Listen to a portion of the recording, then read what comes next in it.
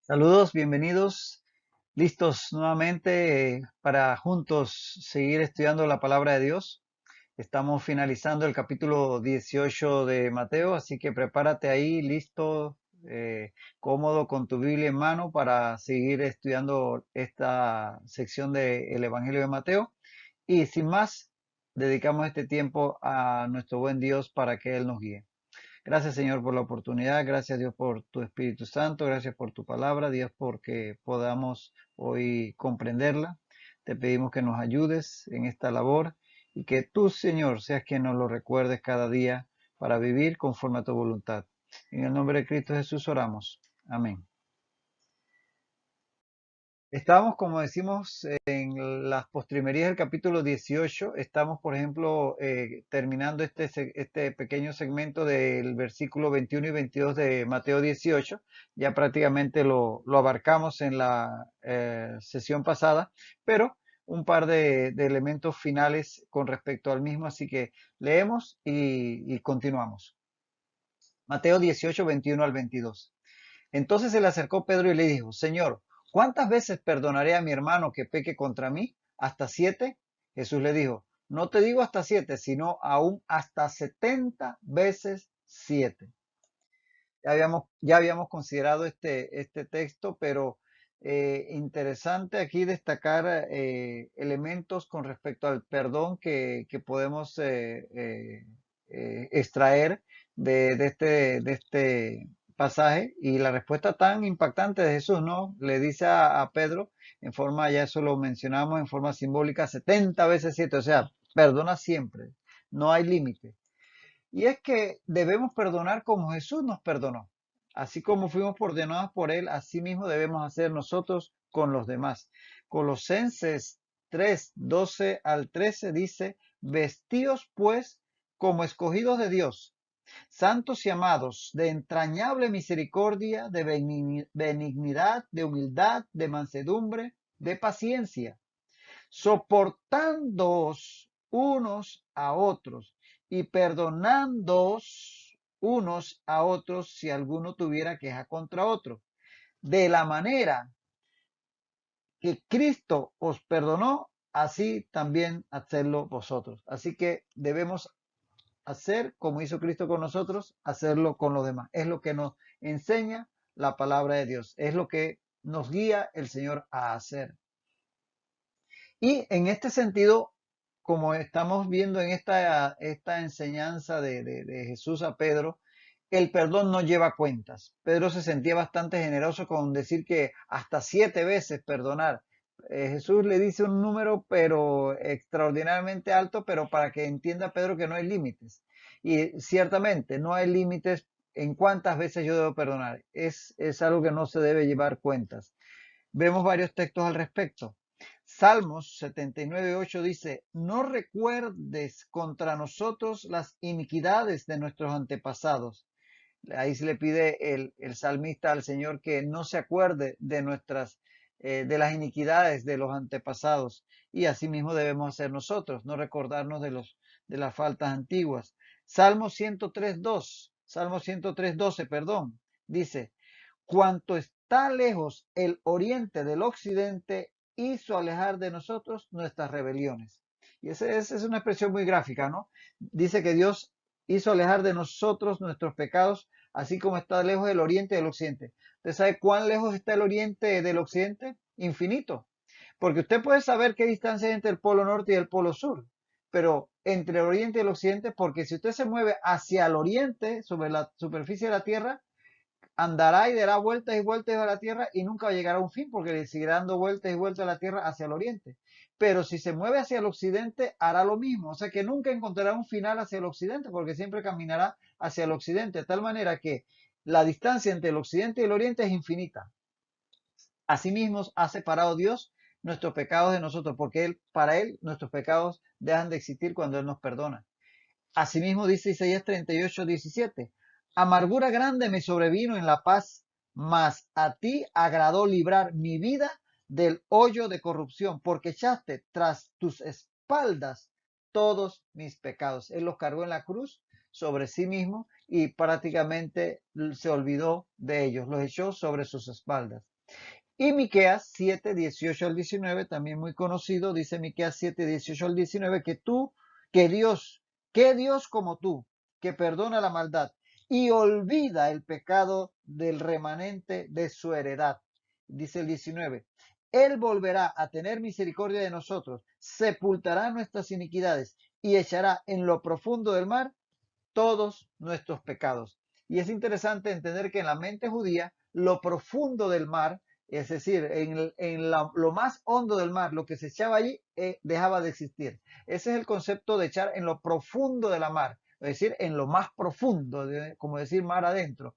Esa expresión para el judío era dejar de existir algo. Entonces, aquí cuando dice que Dios echa nuestros pecados a lo profundo de la mar, es que para él ya no existen. Y es interesante que Dios dice que Él prácticamente olvida nuestros pecados, cosa que nos anima a nosotros a hacerlo como Él, que cuando llegamos a perdonar es como si esa ofensa jamás hubiera existido. Hay mucha gente que dice, yo perdono pero no olvido. En verdad, quien de eso dice no ha perdonado, porque el perdón implica que ya lo que tú perdonaste dejó de existir. Obviamente que como seres humanos es imposible olvidar 100%, pero vivir como si lo hubiéramos hecho, como si hubiéramos olvidado. Porque fíjate tú, Dios dice que Él olvida nuestros pecados. Todos estos textos que hemos leído hablan de eso. Y pregunto yo, ¿será que Dios puede olvidar algo?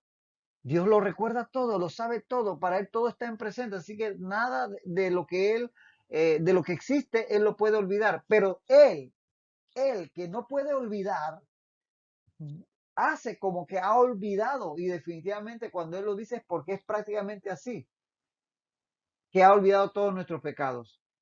¿Qué podemos hacer nosotros si Dios, que no puede olvidar, decide olvidar sus pecados? ¿Cuánto más nosotros que sí podemos olvidar literalmente, pero que obviamente a veces se nos hace difícil? ¿Por qué nosotros no asumir la misma actitud de Dios de sencillamente como si eso no hubiera ocurrido? Definitivamente que en eso Dios nos da ejemplo. Y en ese sentido, saber que cuando eso es así, no es para echarlo nuevamente en cara a aquella persona al que perdonaste.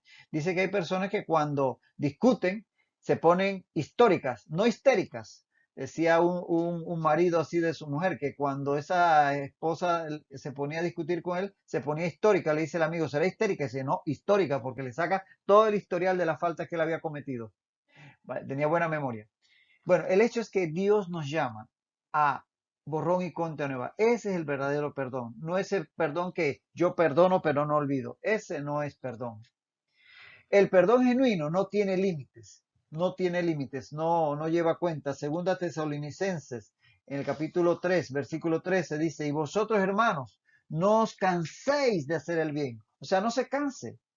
No, ya te perdoné 7 veces, como decía Pedro. Dios nos llama. No es fácil, lo reconocemos, pero es a lo que nos llama Dios. Y si partimos de una actitud de intentar hacerlo, Él nos va a ayudar. Si partimos de una actitud de que no se puede, nunca vamos a intentarlo. Hagamos el esfuerzo por perdonar cada vez que sea necesario. Y es que esto es un estado, una actitud del corazón, no es una cuestión de cálculo, no es que cuántas veces me lo has hecho, cuántas me las debes. El mundo trabaja así, el mundo vive así. Me la debes, me la pagas. Pero al creyente Dios lo llama a otra actitud, a otra forma de vivir, a otra forma de pensar. Perdonemos como Cristo nos perdonó. Ahora, resumiendo aquí, todo esto decíamos a raíz de que venía toda esa enseñanza de Jesús, de que la persona me ofende, yo la confronto, luego la llevo con testigos, luego ante la iglesia y todo eso. Entonces, si aquí Jesús está llamando a perdonar las veces que sea posible, uno se pregunta, ¿por qué cumplir tantos pasos como los que me señala Mateo 18, 15 al 17? ¿Por qué cumplir tantos pasos? ¿Por qué no perdonar y ya? ¿Por qué tener que ir primero delante de Él? Que si no acepta entonces ir con uno o dos testigos, y que si no acepta después llevarlo a la iglesia, y que si no acepta entonces tenerlo por gentil y publicano. ¿Por qué tanta? ¿Por qué no sencillamente perdone ya? Bueno, porque precisamente se trata no solo de perdonar al ofensor, sino también de restaurarlo.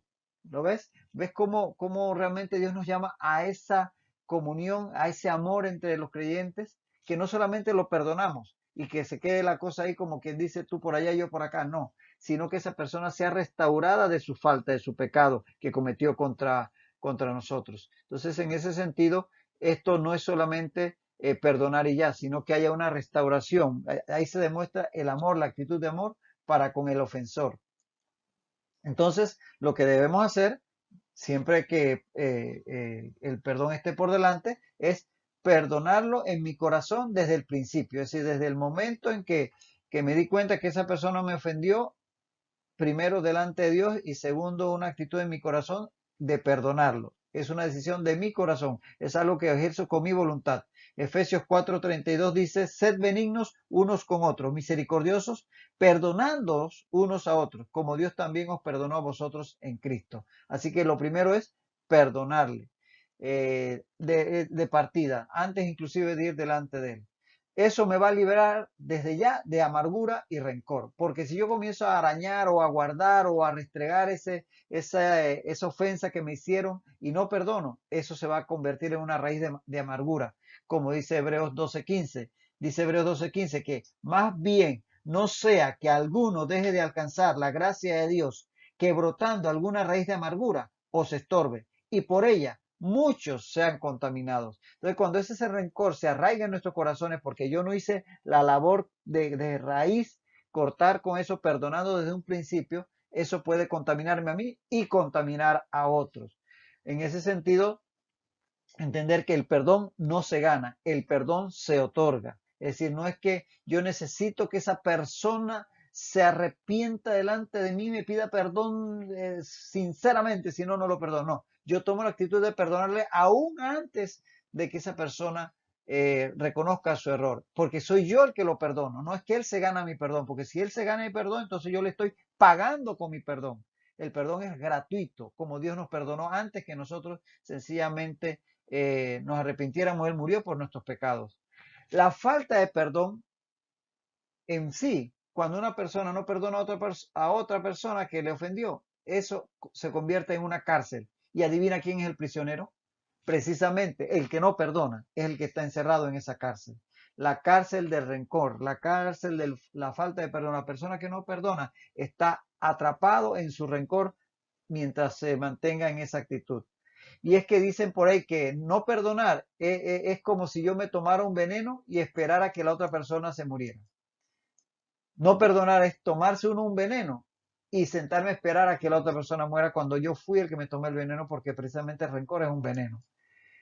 Eh, Ahora, allí una vez dice que debemos perdonar, es la primera actitud. Entonces, si sin expresarle el perdón, porque todavía la persona no se ha arrepentido, pero ya yo lo perdoné, pero sin haberle expresado mi perdón, le reprendo en amor, esperando llevarlo al arrepentimiento, que es lo que dice Lucas 17:3.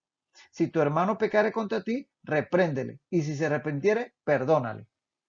Él tiene que expresar su arrepentimiento para que yo le exprese mi perdón. El perdón ya yo se lo di en mi corazón, porque, ojo, la actitud del corazón, eso es lo que es fundamental, porque yo puedo, por ejemplo, haber tenido un rencor contra mi padre y mi padre haber muerto, pero yo lo puedo perdonar en mi corazón a pesar de que ya no lo tengo delante para expresarle mi perdón. Quiera Dios que pueda hacer antes que eso pase. O una persona que en algún momento me hizo un daño, un mal o una ofensa, y esa persona se fue del país, nunca más la he vuelto a ver, pero en mi corazón quedó esa raíz de amargura. Bueno, yo le perdono y mi actitud en mi corazón es suficiente para que delante de Dios ese perdón haga su efecto, porque no tengo la oportunidad de acercarme a la persona y decirle directamente te perdono. Pero ciertamente, si hay la oportunidad, es lo ideal. Así que en este momento yo me acerco a la persona, como ya dijimos en la dinámica de ir uno a uno, de decirle en qué me ofendió para que esa persona se arrepienta y entonces expresarle mi perdón. En cuanto reconoce su pecado y se arrepiente, le expreso mi perdón, que ya se lo había dado de corazón, pero no se lo había expresado, esperando que él expresara o ella expresara su arrepentimiento. Lo dice Lucas 17:4. Y si 7 veces al día pecare contra ti y 7 veces al día volviere a ti diciendo, me arrepiento, perdónale. Entonces le expresas el perdón una vez esta persona se arrepiente. Porque como insistimos, se trata no solo de perdonar, sino también de restaurarle para que vuelva a estar en plena comunión con nosotros y con el resto de la iglesia. Bueno, aquí termina este punto, este pasaje, y vamos al siguiente. Mateo 18, 23 al 35. Mateo 18, 23 al 35. Este es el último texto que hay en el capítulo 18. Es una parábola, la parábola de los dos deudores. Esta parábola es exclusiva de Mateo, no lo vas a encontrar en los otros evangelios. Y con esto vamos a cerrar el capítulo 18. Leemos Mateo 18, 23 al 35. Por lo cual el reino de los cielos es semejante a un rey que quiso hacer cuentas con sus siervos, y comenzando a hacer cuentas le fue presentado uno que le debía 10,000 talentos.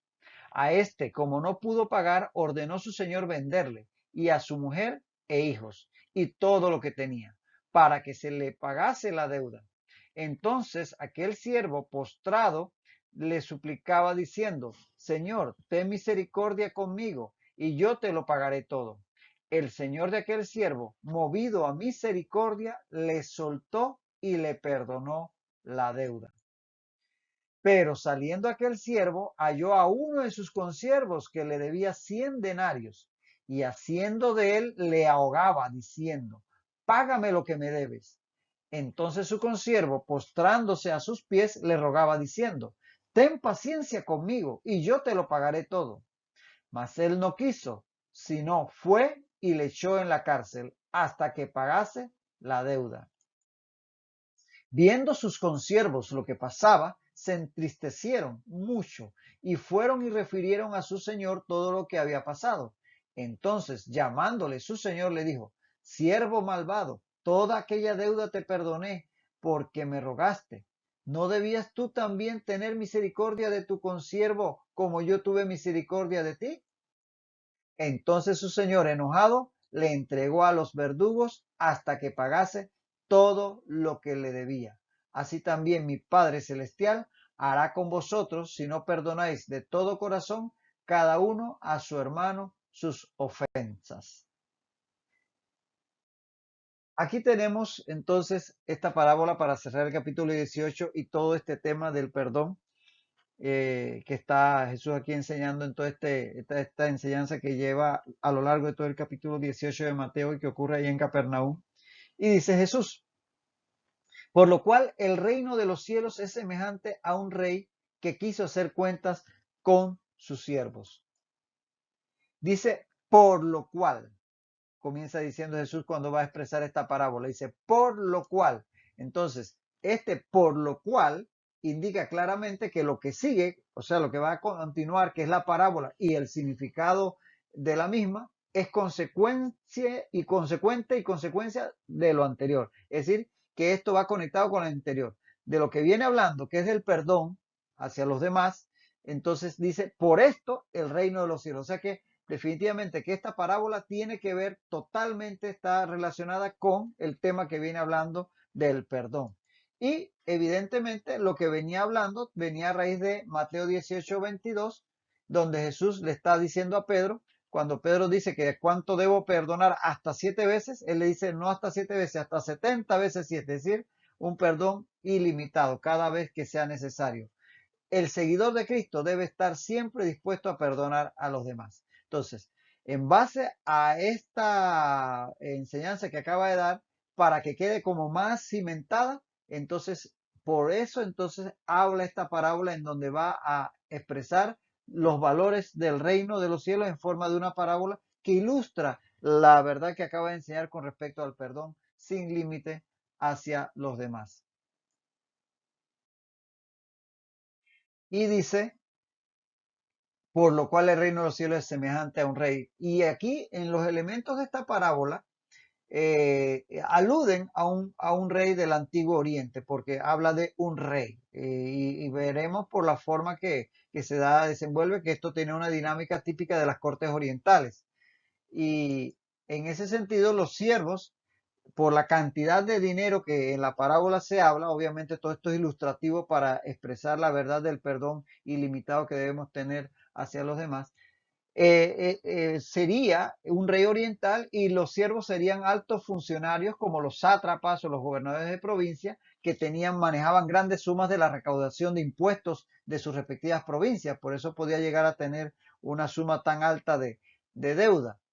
Y ahí, por ejemplo, podemos citar Daniel 3:22, donde vemos un ejemplo de este tipo de funcionarios que se veían, por ejemplo, en la corte de Nabucodonosor. En Daniel 3:2 dice, envió el rey Nabucodonosor, rey de Babilonia, a que se reuniesen los sátrapas, los magistrados y capitanes, oidores, tesoreros, consejeros, jueces y todos los gobernadores de las provincias. Entonces, era una serie de funcionarios que tenían altos cargos y que muchos de ellos manejaban fondos públicos, los impuestos que se recaudaban en las distintas provincias y periódicamente tenían que rendir cuentas al rey. Periódicamente estos funcionarios tenían, pues, como decimos, que rendir esas cuentas al rey de lo recaudado en su jurisdicción. Entonces, esto probablemente es la figura que utiliza Jesús para extraer esta verdad a través de esta parábola. Para poner un ejemplo, aquí tenemos una estela que representa al rey Darío I de Persia, sentado en su trono y recibiendo a uno de sus sátrapas que viene a presentarse ante el rey. No, esta es una estela que se encuentra en un muro que hay en un sitio arqueológico de lo que hoy día es Irán. Y ahí está el rey Darío y cómo se daba esa dinámica en la corte de estos reyes orientales, donde los sátrapas o gobernadores venían periódicamente a presentarse ante el rey, en este caso Darío I, para distintos negocios, entre otros rendir cuentas de lo recaudado en sus dominios. Así que ahí estaría más o menos la idea de la cual viene esta ilustración, esta parábola. Y estos sátrapas se presentaban ante el rey en esa situación uno por uno. Cada uno era en su momento llamado ante el rey. Y dice, y comenzando a hacer cuentas, le fue presentado uno que le debía 10.000 talentos. 10.000 talentos. Eso se dice fácil, pero no es tan fácil. En la época de Jesús, en Palestina se usaba y en el Mediterráneo Oriental el llamado talento ático. El ática es la área de Atenas, así que era el talento, la medida del talento que se usaba en Grecia, que equivalía a 6.000 denarios, Para empezar, decir que talento era una medida de peso que se utilizaba para pesar los metales, sobre todo los metales preciosos como el oro y la plata. En el siglo I en Israel se usaba, como decíamos, el talento ático, que equivalía a 26 kilogramos de oro. Toma nota de eso, 26 kilogramos de oro, un talento. Y si este hombre debía 10.000 talentos, qué cosa más inmensa, qué deuda más inmensa. Jesús está usando una ilustración para que quede bien clara la verdad. Y si un talento equivalía a 6.000 denarios, 10.000 talentos, hacer la multiplicación, equivaldría a 60 millones de denarios. 60 millones de denarios sería la deuda que este hombre tendría. Y sabemos que un denario era el jornal de un día de trabajo. Y si divides los 60 millones de denarios entre 365 días que tiene el año, este hombre debía el equivalente a 164.383.5 años de trabajo. Bueno, asumiendo del trabajo de un jornalero. Ponte que él ganaba 100 veces más que un jornalero, así que corre el punto decimal 2 espacios, o 1.000 veces más si tú quieres, corre el espacio 3 veces, 3 puntos decimales. Aún así era una cantidad de años que nadie lo iba a vivir en esa época, ni hoy día.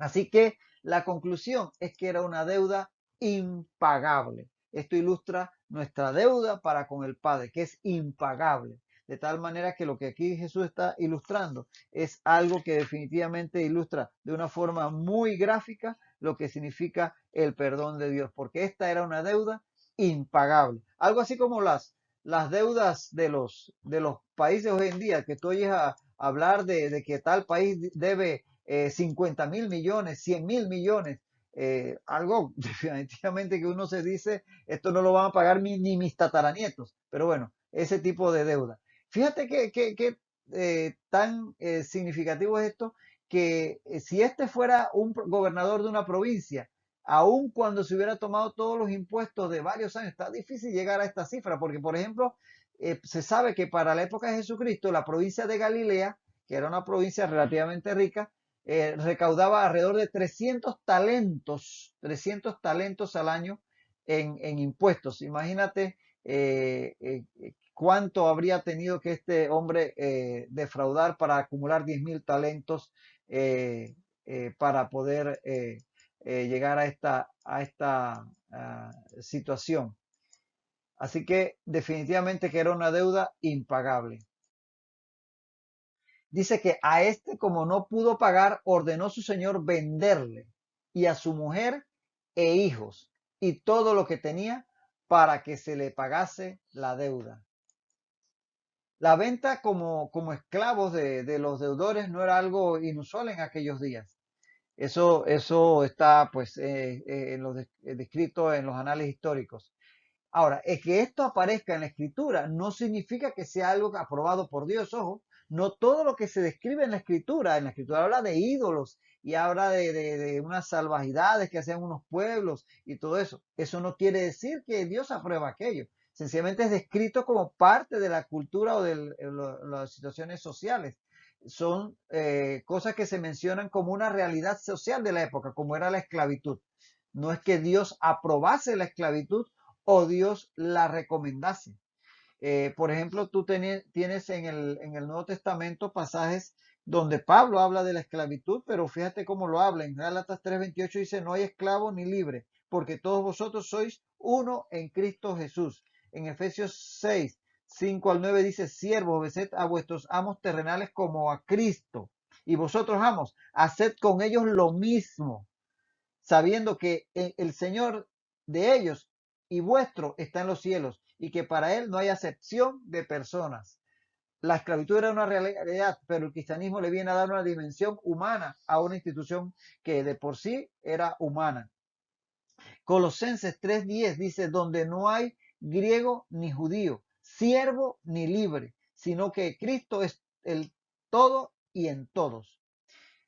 Y curiosamente, en 1 Timoteo 1:9 al 10 dice que la ley no fue dada para el justo, sino para los transgresores y desobedientes. Y describe una serie de pecados que deben ser, contra los cuales debe estar la ley. Y entre ellos dice en el versículo 10, para los secuestradores. Y del término ahí secuestradores se refiere a una costumbre. Dice que el que agarra por los pies era literalmente la traducción de esa palabra. Pero eso se refiere a una costumbre que había de secuestrar personas para esclavizarlas. Es decir, llegaban a una población y se los llevaban arrastrados y los hacían esclavos. Bueno, eso es, según dice la palabra de Dios en 1 Timoteo 9:10, eso es algo definitivamente contra la ley. Y eso es puesto como algo negativo, algo que debe ser evitado y que debe ser condenado.